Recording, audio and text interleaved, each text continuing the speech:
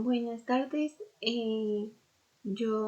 hago este video para hablar sobre los perfectos, they perfect. An structure present perfect, an interrogative, negative y affirmative. The affirmative is structure, subject, and auxiliary, a have and has, um, and verb in participle and ed. Example: I have played and they has won.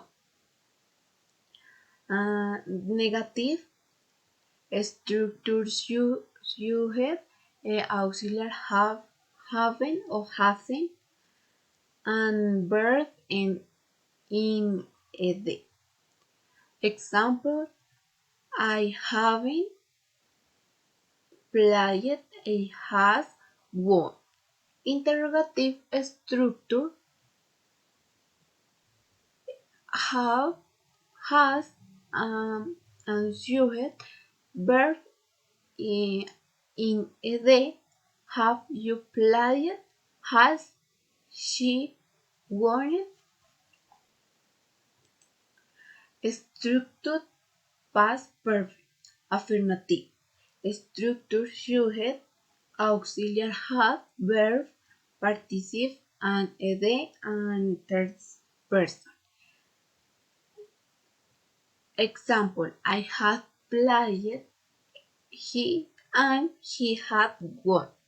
Negative structure subject, auxiliary had, hadn't, and verb in ed in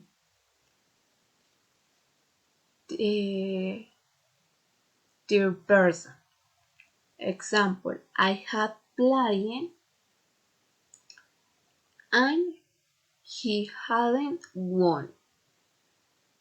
Interrogative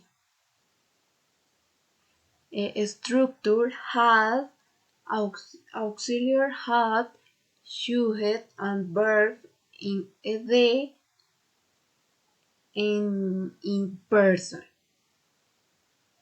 Example: had you played? Had he won? Structure affirmative subject, structure subject, auxiliary will have, verb participle past.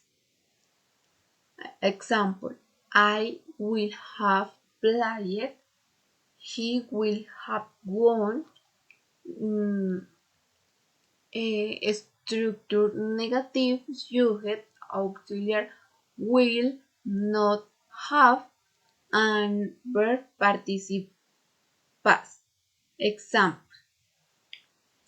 I will haven't played and he will have won.